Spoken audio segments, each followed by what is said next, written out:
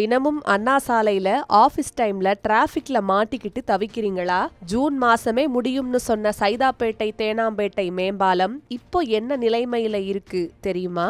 சென்னை நகரின் மிக முக்கிய போக்குவரத்து இதய பகுதியான அண்ணா சாலையில் நெரிசலை குறைப்பதற்காக கடந்த 2024ஆம் ஆண்டு ஜனவரி மாதம் இந்த மெகா மேம்பால திட்டம் தொடங்கப்பட்டது.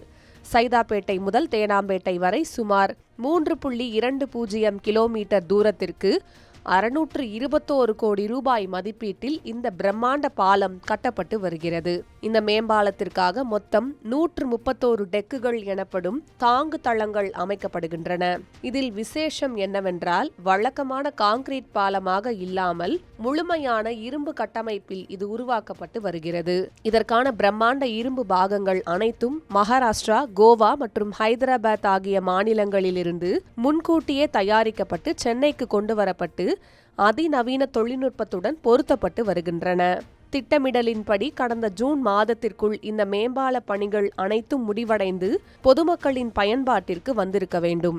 ஆனால் தற்போது வரை 70% பணிகள் மட்டுமே நிறைவடைந்துள்ளன. நிலத்தடி குடிநீர் குழாய்கள், கழிவுநீர் வாரிய குழாய்கள் மற்றும் மின்சார கேபிள்களை மாற்றி அமைப்பதில் ஏற்பட்ட தாமதம், தேர்தல் கால நடைமுறைகள் மற்றும் வடமாநில தொழிலாளர்கள் பற்றாக்குறை போன்ற காரணங்களால் பணிகளின் வேகம் கணிசமாக குறைந்து போனதாக அதிகாரிகள் தரப்பில் தெரிவிக்கப்பட்டுள்ளது. எல்லாவற்றுக்கும் மேலாக இந்த மேம்பாலம் அமையவிருக்கும் அதே வழித்தடத்திற்கு கீழேதான் சென்னை மெட்ரோ ரயிலின் சுரங்க பாதைகளும் ரயில் நிலையங்களும் அமைந்துள்ளன. இதனால் எந்த ஒரு சிறு அசம்பாவிதமும் நேர்ந்துவிடக் கூடாது என்பதில் நெடுஞ்சாலைத்துறை மிக தீவிரமாக உள்ளது. மெட்ரோ சுரங்கப்பாதைக்கு பாதிப்பு இல்லாத வகையில் பல்வேறு கட்ட தொழில்நுட்ப ஆய்வுகளுக்கு பிறகு ஒவ்வொரு தூண்களும் இரும்பு பலகைகளும் மிக கடுமையான பாதுகாப்பு நடைமுறைகளுடன் பொருத்தப்பட்டு வருகின்றன.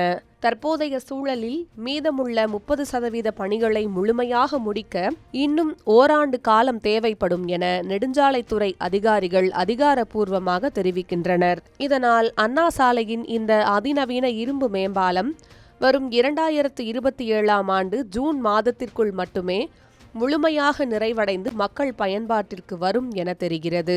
அதுவரை அண்ணா சாலையில் பயணிக்கும் வாகன ஓட்டிகள் இன்னும் சில மாதங்களுக்கு நெரிசலை பொறுத்து கொள்ள வேண்டிய கட்டாயத்திற்கு தள்ளப்பட்டுள்ளனர்.